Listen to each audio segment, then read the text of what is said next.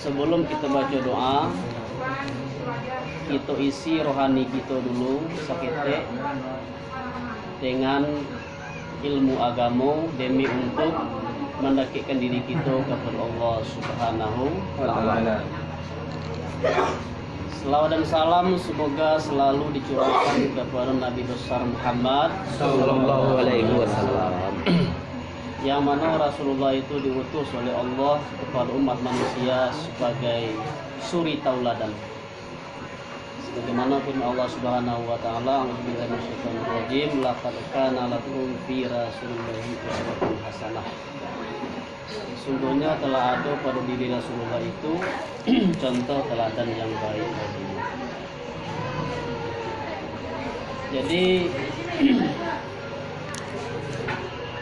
kita tidak beberapa hari lagi kita akan memasuki bulan suci Ramadan. Sebagaimana firman Allah Subhanahu wa taala di dalam Al-Qur'anul Karim, "A'udzubillahi minasyaitonir rajim, bismillahirrahmanirrahim. Ya ayyuhalladzina amanu kutiba alaikumussyiyam kama kutiba alal ladzina min qablikum la'allakum tattaqun." Wahai orang-orang yang beriman, diwajibkan kepadamu berpuasa sebagaimana diwajibkan kepada orang-orang yang sebelum kamu. Semoga kamu menjadi orang yang bertakwa. Jadi Allah Subhanahu wa taala telah menyediakan 1 bulan dalam setahun bagi kita fasilitas. 1 bulan yang disebut dengan bulan rahmat. Bulan Ramadan itu adalah bulan istimewa. Bulan rahmat bagi kita umat Islam. Jadi pada kita lagi kegembira kita menyambut kedatangan bulan suci Ramadan. insyaallah. Lai senang kita.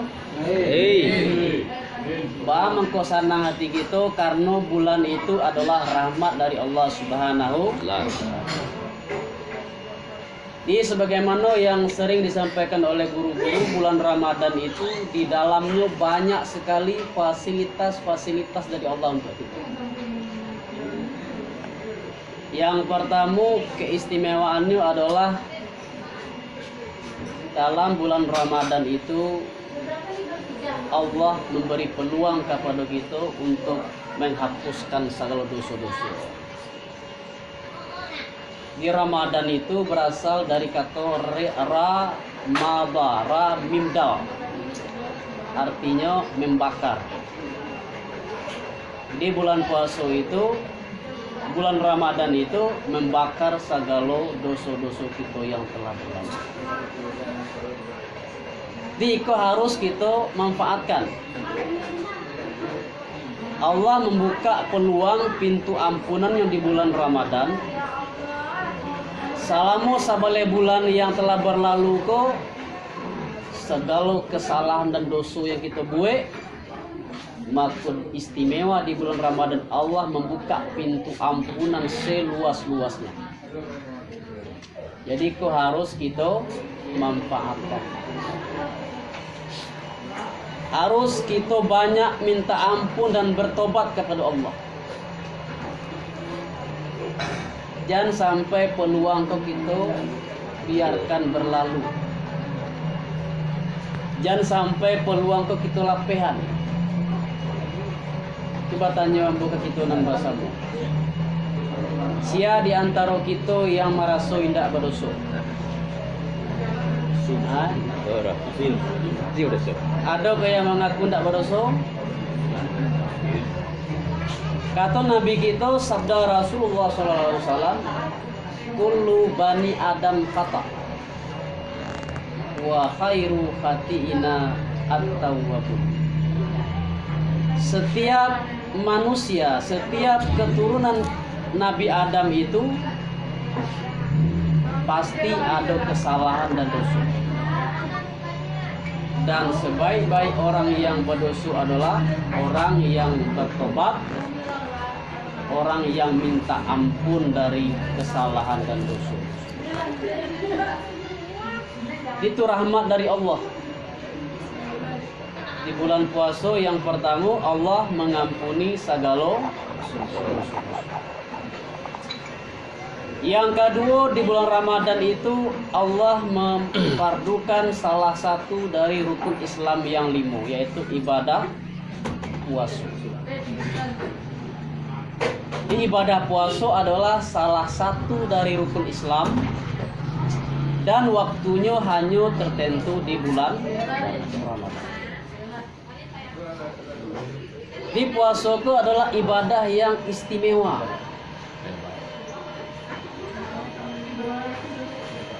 Firman Allah Subhanahu wa taala di dalam hadis qudsi,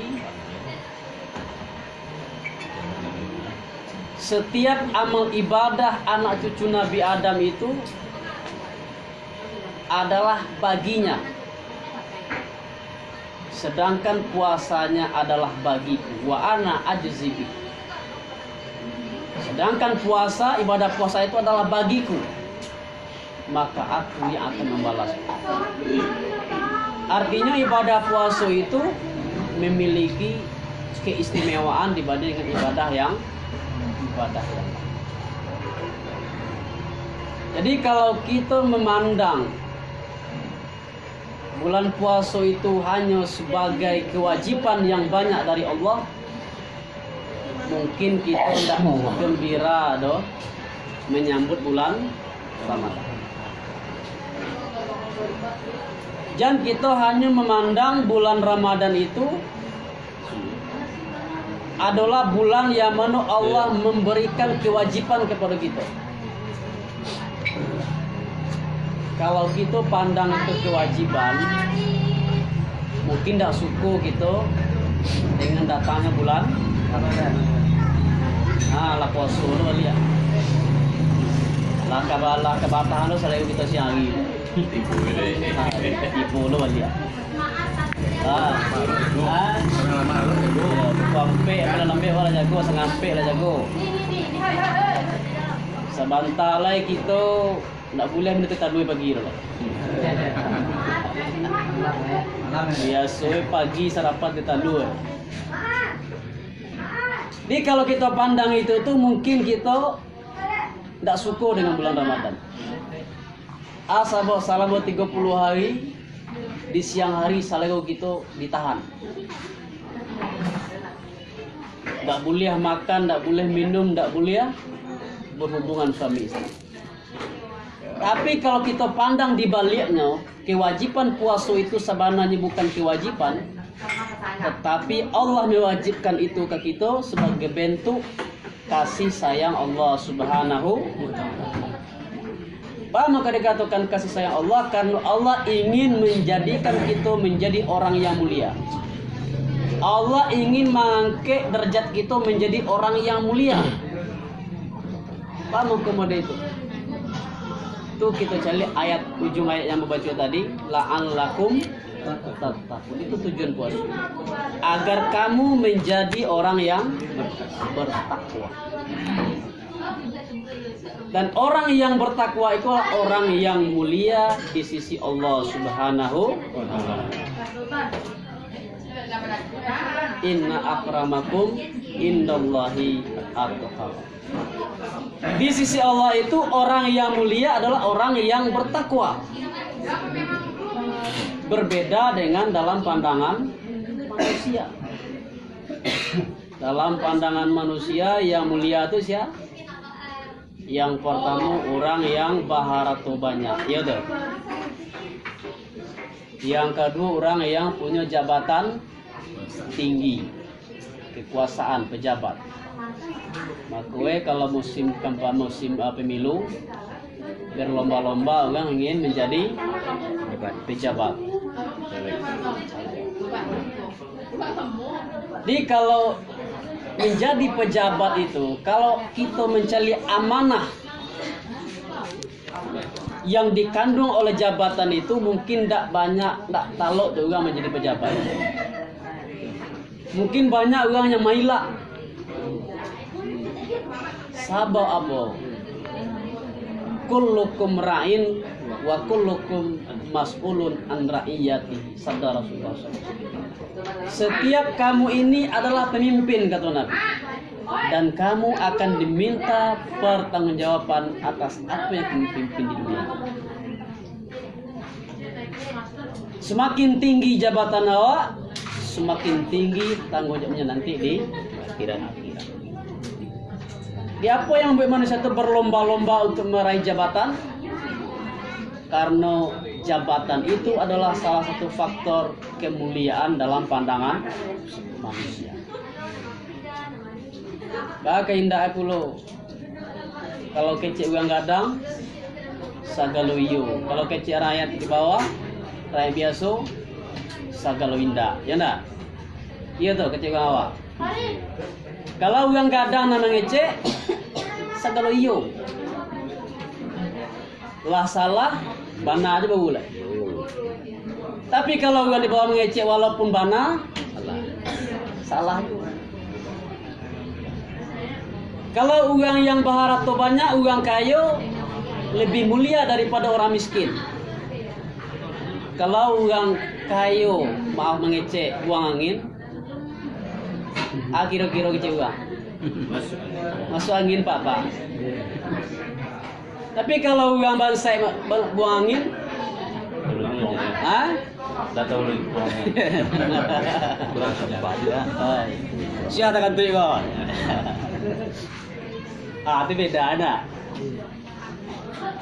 Jadi itu tidak benar. Jadi kalau menurut pepatah, menurut Nanbana, kebenaran itu dari manapun keluarnya tetap benar. Kata Sayyidina Ali, unzur maqal wala tanzur manqal. Lihatlah apa yang dibicarakan dan jangan dilihat siapa yang mengatakan. Jadi jangan dicari di mana keluar, cari apa yang keluar. Kalau walaupun dari dubur ayam yang keluar itu putih ya, itu diambil luar. Ada mau itu? Alu. Tapi walaupun dari dubur presiden itu yang keluar kuning, jadi ambil. Jadi artinya apa? Walaupun orang itu rendah statusnya dalam masyarakat, kalau benar perkataannya, diambil. Tapi kalaupun orang besar, orang terpandang yang mengecek, yang salah itu tetap salah. Jadi kemuliaan yang kita cari itu seharusnya adalah kemuliaan di sisi Allah, yaitu takwa. Bukan dilarang kita menjadi pejabat, tidak. Dilarang kita barato banyak, tidak. Tetapi jangan kita jadikan itu sebagai untuk mencari kemuliaan. Karena kemuliaan di sisi manusia itu sifatnya tidak kekal. Kalau kita kini mulia dengan jabatan, setelah kita tidak menjabat, apa kemuliaan tadi?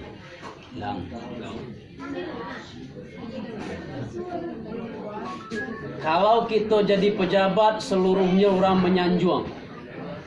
Kama-kama ada, kama pai ada pengawal pribadi. Kama-kama datang awak disambut dengan meriah. Ya, VIP. Tapi kalau jabatan lah hilang, tidak ada orang lain. Apalagi kalau awak jadi pejabat, mereka lah pakai rompi oren. Ya, tidak ada harga itu dalam pandangan manusia. Jadi kita cari ibarat batang kambing, ya nak. Di kampung kita banyak batang kambing, ya nak. Kalau batang kambi itulah gabah, jo konce-konce, pucuk batang kambi itu jo konce-konce satu minjak. Dipaham gitu tidak? Artinya pejabat itu kalau nyola jatuh, orang yang paling bawah pun tidak marah juga.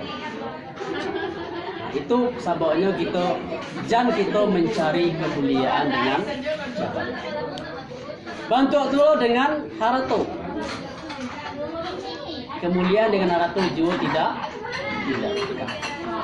Di kemuliaan yang hakiki itu adalah kemuliaan di sisi Allah Subhanahu wa Ta'ala. Sebab itulah kemuliaan yang hakiki, yang abadi. Sebab Allah itu sifatnya kekal dan abadi.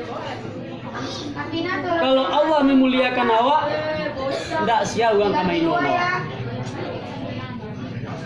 Di kita kini kita pilih ya. Kemuliaan di sisi manusia yang kita pilih atau di sisi Allah.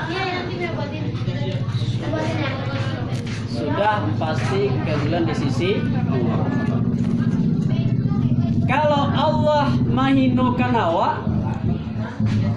tidak seorang pun manusia yang mampu menolong awak.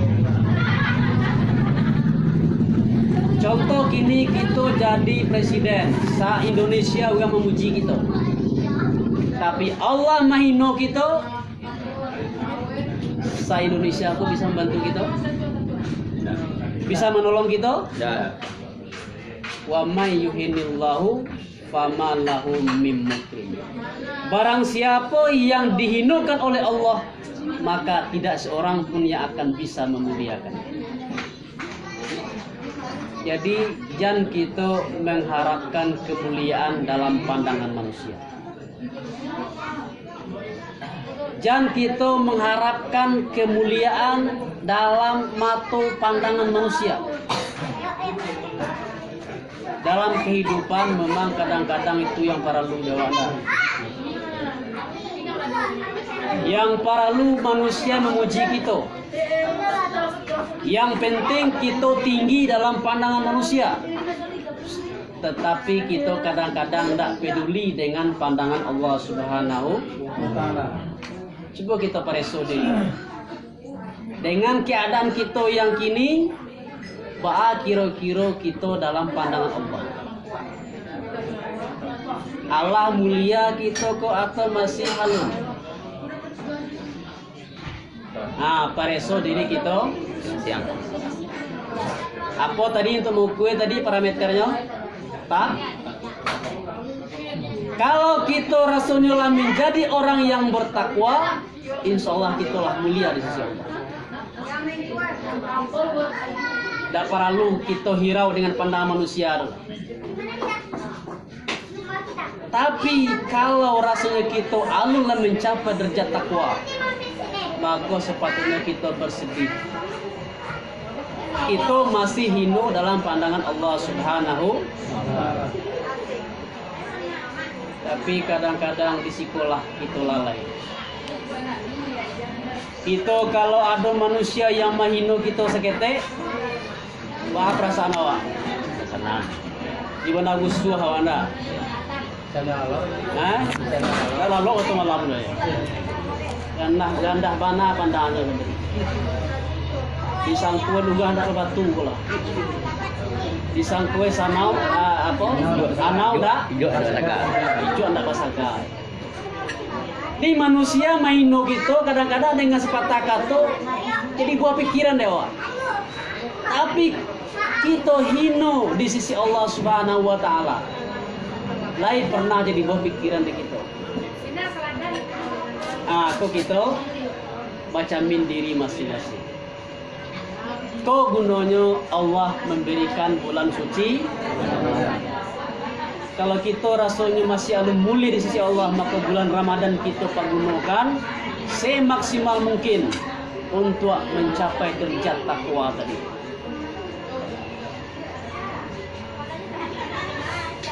Bahwa banyaknya fasilitas dari Allah kepada kita di bulan puasa. Yang pertama puasa, ya nah. Yang kedua tadarus membaca Al-Quran. Yang ketiga sholat Tarawih. tarawih. Yang keempat nanti malam Lailatul Qadar. Jadi kalau kita beribadah di dalam bulan puasa, kita mendapatkan malam Lailatul Qadar, kualitasnya, nilainya sama dengan 1000 bulan. 400.000 bulan, lebih kurang 80 itu tahun. Itu gitu cari. Jadi kalau bisa bulan puasa itu 5 balik malam kate kita usahakan itu qiyamul lail di masjid. Kita mulai paling kurang tuh 1 jam sebelum salat subuh. Boleh bebas anak kita lakukan. Boleh kita salat tahajud, salat sunat tasbih, salat sunat hajat, alai. Boleh kita zikir. Dan boleh kita iktikaf. Kalau kita dalam beribadah tadi itu dapat malam Lailatul Qadar, maka kita menjadi orang yang beruntung. Jadi harus kita perhatikan. Kita harus introspeksi diri bulan Ramadan yang tahun lalu, apa kekurangan kita, dan itu akan kita perbaiki di tahun ini. Kalau puasa kita 8 misalnya, kita pada soleh membaca Al-Quran. Jadi dianjurkan bulan puasa itu dapat kita khatam Al-Quran sekali paling kurang. Paling kurang sekali. Imam Syafi'i radhiyallahu anhu diriwayatkan khatam Al-Quran sarang bulan puasa itu sebanyak 60 kali. Tiba kali saya itu. Itu kalau tidak bisa mode itu, kalau paling kurang sekali minta. Sekali selama bulan tinggi daripada bulan yang lain. Kemudian kita usahakan di 5 balik malam terakhir itu kita sholat qiyamul lail di masjid. Jadi kalau di Malaysia, pengalaman di Malaysia 5 balik Ramadan itu sampai akhir itu di masjid itu disediakan sahur. Makan sahur. Ya makan sahur. Makan sahur. Jadi siapa orang yang qiyamul lail ke masjid setelah sebelum subuh itulah tersedia makanan. Itu fasilitas dia gitu. Jadi kalau dapat gitu kapado apa-apa aju-aju udah apalagi kita di teh ambo rasu kita satu ile di teh sampai puluh lah. Di ambo pun kini lah menjalang sampai puluh. Kalau umur kita lah sampai puluh kata Nabi, itu kita harus hati-hati. Itu tidak mudah kita nemu itu lah. Anamu itu tua lun, udah salam. Kalau masa muda yolah. Dari kota tua kamalala di matu jalan basimpang. Waktu muda dunia digacak akhirat tinggal belakang. Kalau kita lah sampai puluh itulah jam 2 gitu. Kalau ibarat jam berapa? Kata Nabi kita umat Nabi Muhammad itu hanya lebih kurang 65 itulah 63 65 itulah perkiraannya, tapi itu tidak pasti, tidak pasti. Tapi dalam negara, tapi secara umum umuran tua nama itu hanya sampai 65. Jadi kalau umur kita lah lebih sampai puluh kate, kita harus lay maduk ke akhirat. Kita mencari dunia bukan lain untuk dunia, tetapi kita harus menyeimbangkan antara aktivitas dunia dan antara nalahi jo nampak. Jadi matahari lah condong ke barat. Kita bersiap-siap, kita banyak introspeksi diri. Anu kita pareso yang pertama dosa kita. Sabo dosa ko ndak basangajo je saudara. Banyak dosa yang ndak kita sengaja. Kalau kita pareso diri kita, kalau kita baca kaji di pareso diri kita, mungkin banyak kesalahan-kesalahan yang berlaku. Ndak kira tu dah ustaz, ndak kira tu dah ulama, seluruhnya berdosa. Tetapi kata Nabi tadi, orang yang terbaik bukan orang yang tidak berdosa, tetapi orang yang mengakui dosanya, mengakui kesalahannya, dan minta ampun kepada Allah Subhanahu wa Ta'ala. Allah itu Maha Pengasih, Maha Penyayang.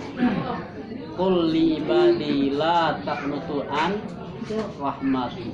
Katakanlah kepada hamba-hambaku, kata Allah, jangan kamu berputus asa dari rahmat Allah. Sesungguhnya Allah mengampuni segala dosa hamba-hamba. Jadi kalau kita dan salah itu adalah kita putih asu. Ada umpamanya saudara kita ialah tenggelam dalam perbuatan maksiat, diajak kini ke tobat, tobat lalai ajo, tobat lalai udah, tobat lalai apa, kita ke umur kelas sanjung, agilah sanjung. Agak tu tak mungkin dah. Dosa dia lah banyak. Ada orang orang mau kita juga awal dulu orang maka. Orang tak betul halal je haram. Tak mungkin Tuhan mengampuni dosa ambo tu. Ambo ko orang kotor. Orang yang tak tahu seketik juga dengan agama. Itu yang disebut dengan putus asa. Tidak. Selagi kita masih hidup, selagi nyawa masih di kandung badan, selagi kita masih sewa afiat, kita sadar, insya Allah, kalau kita bertobat, Allah akan mengampuni dosa-dosa kita. Tobat sabana tobat, berjanji tidak kamu ulang tobat. Seperti orang yang bertobat itu, at-taibu minaz zambi kaman la zambun lah. Orang yang bertobat dari dosa adalah seperti orang yang tidak ada dosa sama sekali. Lai ketujuh ni kita tu. Lai suko kita tu. Jadi bulan puasa ko, mari kita gunakan fasilitas ko sebaik mungkin. Kita rebut peluang ko sebaik mungkin dan jangan kita lepaskan, kita biarkan berlalu begitu saja. Peluang yang pertama tadi adalah tobat dari segala dosa dan kesalahan. Yang kedua adalah memperbanyak amal ibadah di bulan suci Ramadan. Semoga dengan itu kita mendapatkan derajat orang yang bertakwa. Kita termasuk dalam kelompok muttaqin, orang yang bertakwa, orang yang mulia di sisi Allah Subhanahu wa Ta'ala. Kalau kita lah seperti itu, itulah yang disebut nanti kita Idul Fitri minal aidin wal faizin. Apa yang dikatakan aidin? Aidin artinya orang yang kembali kepada kesucian. Wal faizin, apa itu faizin? Orang-orang yang beruntung. Dikembali kita ke kesucian dan ikolah orang yang beruntung. Lain sanian kita tu. Kita berdoa kepada Allah, mudah-mudahan Allah memberi kita umur yang panjang, memberi kita kekuatan lahir dan batin, kesehatan, sehingga kita bisa melaksanakan ibadah puasa dan ibadah-ibadah lainnya di bulan Ramadan dengan sempurna sampai nanti kita masuk bulan Syawal, salat Idul Fitri minal aidin wal faizin, kembali kepada kesucian dan termasuk orang-orang yang mendapatkan ridha Allah Subhanahu wa Ta'ala. Demikian tausiah singkat, walaupun singkat, mudah-mudahan sok satitia kita jadikan laui, wasakapa kita jadikan peluang. Mudah-mudahan bermanfaat bagi kita dan bersama. Amin amin.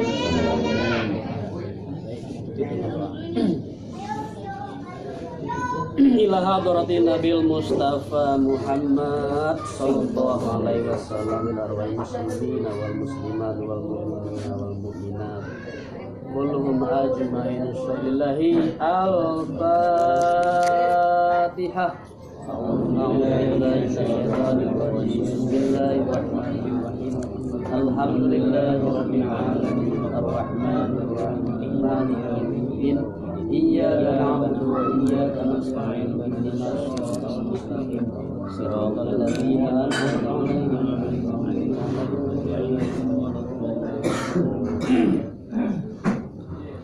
أعوذ بالله من الشيطان الرجيم. بسم الله الرحمن الرحيم. صدق الله العلي العظيم وصدق رسوله النبي الكريم والصلاة والسلام على سيدنا محمد وسلم ورضي الله تعالى عن كل صحابة رسول الله أجمعين. آمين. اللهم اجعل ما قرأنا من كلامك العزيز هدية وسيلة ورحمة منك نازلة على روضة من اجتمعنا له بسببهم وطلبنا القرآن العظيم بآج. اللهم اجعل القرآن له في القبور مؤنسا في القيامة الصافي من الستر وإجابة. وعلى صراط النور وإلى الجنة رافق بليلك إلا سبحانه وتعالى وسيلة. واحشرنا وإياهم مع الذين أنعموا من النبيين والصديقين والشهداء والصالحين وحسن أولئك رفيقا ذلك فضل من الله وكفى بالله عليما. اللهم اغفر لهم وارحمهم وعافهم واعف عنهم وأكرمهم واجعل جنة مثواهم. اللهم اغفر لحينا وميتنا وشهيدنا وغائبنا وكبيرنا وذكرنا وأنثانا. وأنزل رحمة على قبورهم ووسع مكانهم وغسل بالماء والثلج والبرد ونقهم من الخطايا كما نقيت الأبيض والأبدار خيرا من العالم خيرا من الوسط خيرا من زوجهم وأدخلهم ربنا لا تزغ قلوبنا بعد إذ هديتنا وهب لنا من لدنك رحمة إنك أنت الوهاب. اللهم اختم لنا بحسن الخاتمة ولا تختم علينا بسوء الخاتمة. اللهم إنا نسألك رضاك والجنة ونعوذ بك من سخطك والنار. ربنا ظلمنا أنفسنا وإن لم تغفر لنا وترحمنا لنكونن من الخاسرين. ربنا آتنا في الدنيا حسنة وفي الآخرة حسنة وقنا عذاب النار. ربنا هب لنا من أزواجنا وذرياتنا قرة أعين واجعلنا للمتقين إماما. اللهم أرنا الحق حقا وارزقنا اتباعه وأرنا الباطل باطلا وارزقنا اجتنابه. اللهم إنا نعوذ بك من الهم والحزن ونعوذ بك من العجز والكسل والجبن والبخل والغلبة الرجال. اللهم إنا نسألك سلامة في الدين وعافية في الجسد وبركة في الرزق وتوبة قبل الموت ورحمة عند الموت ومغفرة بعد الموت والعفو عند الحساب. اللهم اغفر لنا ولوالدينا وارحمهم كما ربونا صغيرا ولجميع المسلمين والمسلمات والمؤمنين والمؤمنات الأحياء منهم والأموات في البر والبحر يا رب العالمين. وصلى الله على خير خلقه محمد وعلى آله وصحبه أجمعين. آمين آمين. سبحان ربك رب العزة عما يصفون وسلام على المرسلين والحمد لله رب العالمين. لوالدينا ومساكين رحمنا الفاتحة. الحمد لله رب العالمين.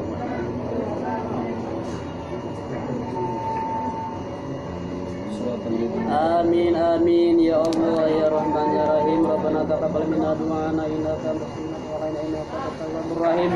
دعواهم فيها سبحانك اللهم وبحمدك السلام الحمد لله رب العالمين. تقبل الله منكم